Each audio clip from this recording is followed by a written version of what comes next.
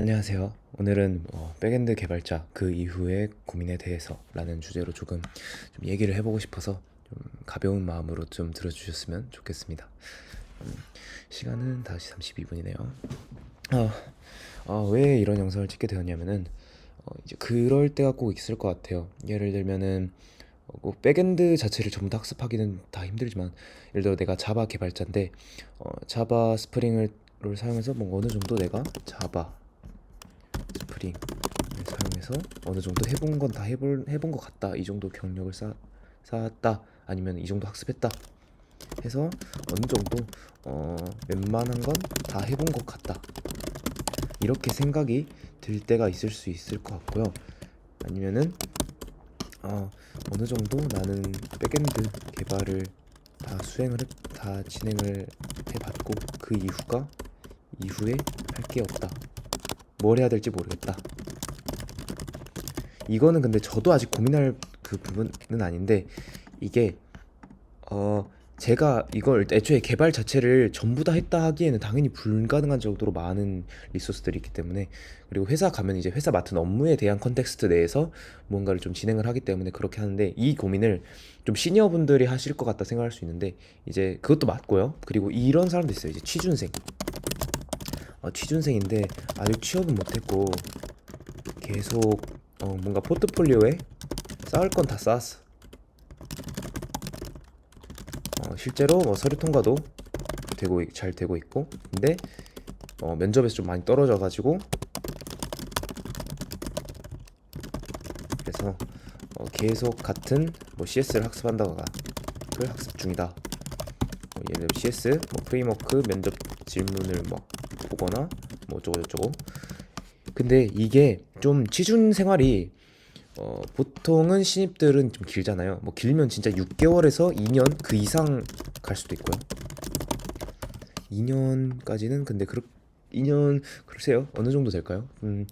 사람마다 다른데, 일단은 뭐 좀 많이 걸리는 사람들은 2년까지도 걸릴 수 있겠죠. 더 걸릴 수도 있고.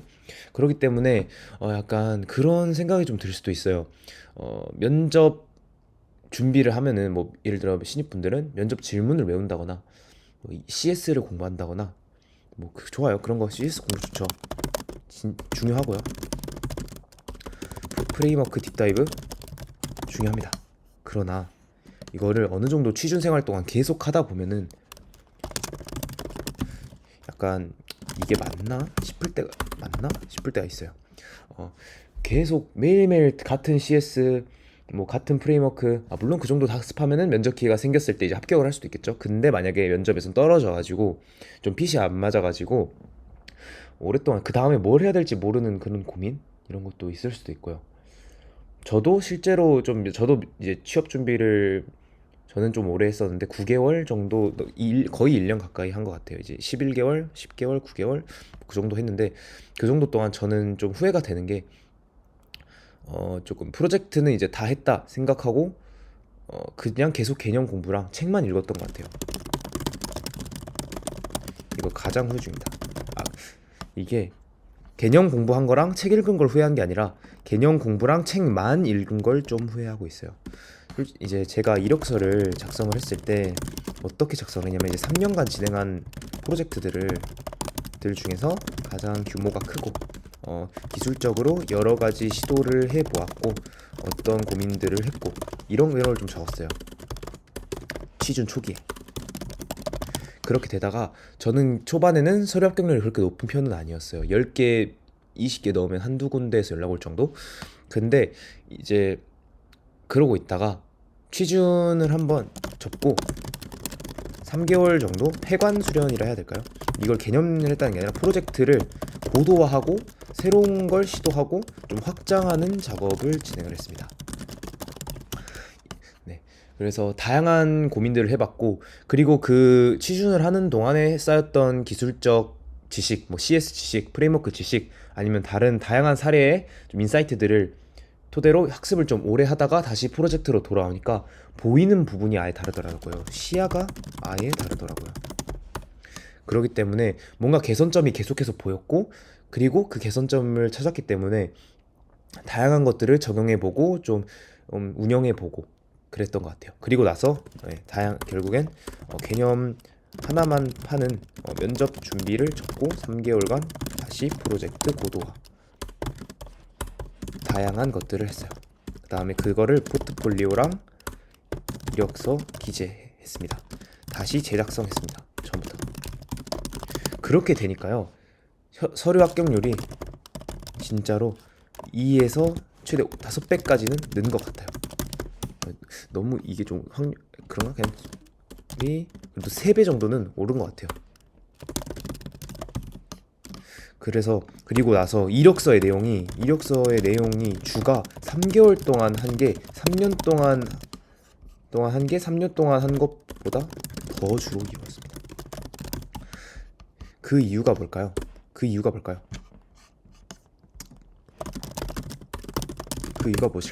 좀 곰곰이 생각을 해봤는데 그 지난 3년 동안은 개발만 했습니다. 그리고 런타임 시에 발생한 치명적인 버그만 캐치했어요. 근데 이제 그 이후 3개월 동안은 개선을 했어요. 운영하면서 모니터링도 하고 슬로우 쿼리도 잡고 매트릭도 보고 다양한 인사이트도 얻고 회사 사례들도 보면서 우리 입맛대로 개조도 해보고 이런 식으로 조금 진행을 하다 보니까 뭔가 그 시야가 좀 넓어지고 거기에서 끌어당길 수 있는 것들을 깨닫게 되는 게 많더라고요. 그래서 만약에 이제 주제가 좀 뭔가 애매한 것 같기도 한데 백엔드 개발자 그 이후에 관해서보단 그러게요. 어쨌든 뭐 이런 걸 좀 볼 수 있을 것 같고 일단은 근데 백엔드 개발자 그 이후로 할게요. 왜냐면은 이제 이건 취준생 기준 얘기를 하고 그 뒤에 또 이제 그 개발자분들의 그 고민으로 좀 보겠습니다. 잠시 종이 쳐가지고요. 학교라서 죄송합니다. 그래서 이제 좀 더 좀 생각을 해보면은 어디까지였더라? 인사이트 듣고 개조도 해보고 이런 식으로 진행을 하시면은 좀 좋을 것 같아요. 그래서 다시 접었던 프로젝트에 아이디를 키고 진행을 해보는 게 새로운 시야를 볼 수 있다. 이렇게 좀 말씀을 드릴 수 있을 것 같아요. 그래서 이렇게 좀 학습을 해보시면 좋을 것 같다. 그리고 이제 취준생 이제 두 번째로 어느 정도 학습을 했고 그 이후 경험도 있고 이거는 이제 제 생각이 아니라 이제 약간 제 생각도 포함하고 다양한 시니어분들이랑 좀 대화를 해봤을 때 이런 조언을 좀 해주신 부분이 있어서 그 부분을 조금 인용을 해서 말씀을 드릴게요.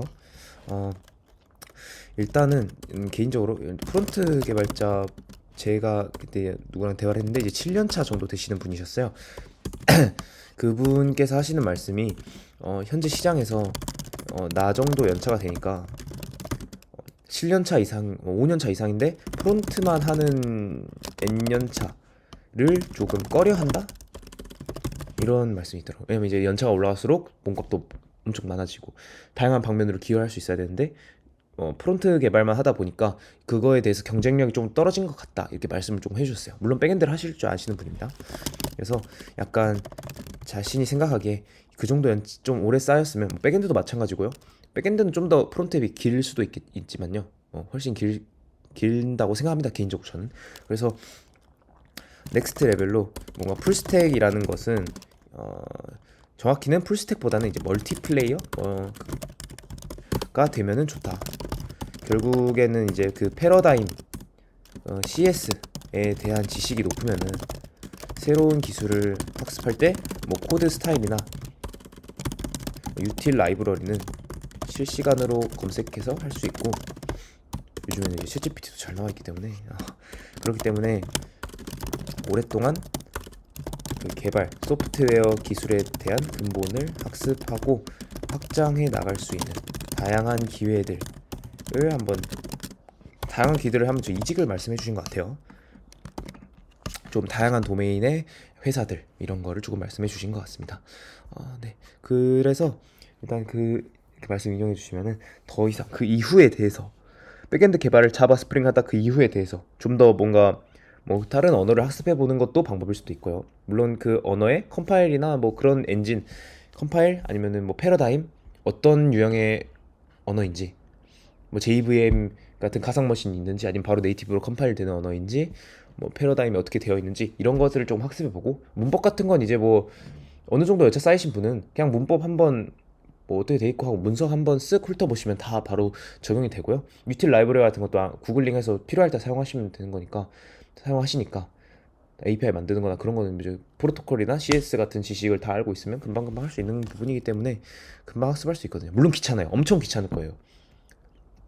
물론 백에서 프론트 새로운 프레임워크를 학습하는 건 또 오래 걸릴 수가 있겠죠. 그래서 새로운 도전을 할 수 있는 환경에 들어가게 되면은, 새로운 기술을 그냥 이유 없이 학습하는 거는 오래 가지 못해요. 이유 없는 학습은 동기부여가 되지 않아요. 그래서 보통 새로운 걸 할 수 있는 커리어를 자기가 직접 찾자.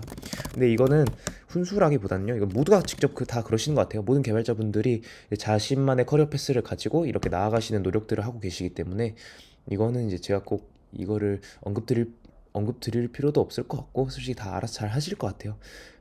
그래서 제가 이제 약간 주니어 분들은 이렇게 좀 이 내용을 듣고 좀 더 먼 커리어 패스에 관해서 좀 더 생각해 보시면은 좀 더 좋을 것 같다고 저는 생각이 듭니다. 그래서 한번 이렇게 좀 얘기를 해보게 되었습니다. 그 이후 고민에 대해서 이게 추가할까요? 주니어, 취준 입장과 시니어 개발자 입장. 네, 이렇게 하면은 이 내용 영상이 될 것 같네요. 네, 감사합니다.